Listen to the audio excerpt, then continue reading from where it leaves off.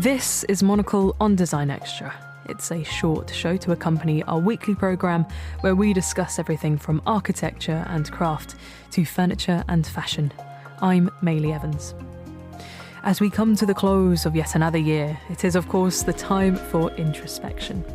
Over the last 12 months, we've had the opportunity to speak with many a designer, maker and creative, to reflect on the impact of some of these conversations and the lessons he's taken from 2024, here's Monocle's design editor, Nic Monisse.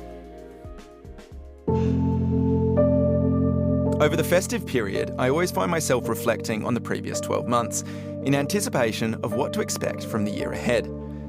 As we venture into 2025, I'm going to be particularly upbeat. Why? Well, in 2024, I spoke to a host of creatives who gave plenty of reason to be optimistic. Here are 3 industry-specific highlights. Architecture. UK-based designer Alison Brooks thinks that while architects are working hard to address the climate crisis, many are missing another. There's also a crisis of meaning, she told me as we toured her new building, Cadence, in London's King's Cross. We can start to address this by recalibrating our relationship to nature, she said. Buildings are at their best when they work with the prevailing conditions, embedding into distinct hillsides or embracing local environmental quirks.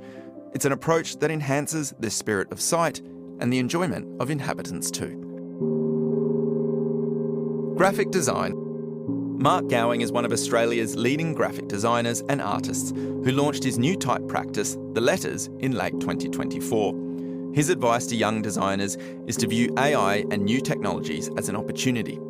I began my career as computers started happening, explained Gowing. If you're worried about machines taking your job, then I'm not sure you're actually thinking. To the generation that grew up casting type out of metal, I'm sure that they thought the computer technology was the devil, but it freed people like me.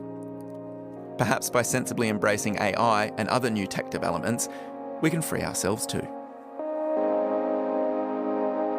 Furniture. We should never stop learning or observing, says Kobe-based furniture design Kotaro Tominaga and Futo Sakurai. We want to make products that are firmly rooted in reality. For our latest collection, we observed routine acts of everyday life, such as sitting and standing, he explained. The result is a dining chair, a contoured shelf, and an angled footrest that transform routine acts into effortlessly ergonomic experiences. It's a reminder that by being lifelong learners, we can be better designers too.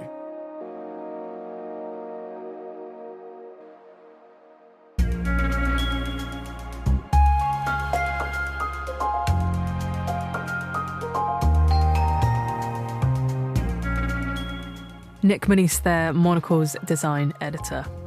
And that's all for this week. Of course, if you can't wait for more design stories, you can check out our archive. Today's episode was produced by me, Maylie Evans.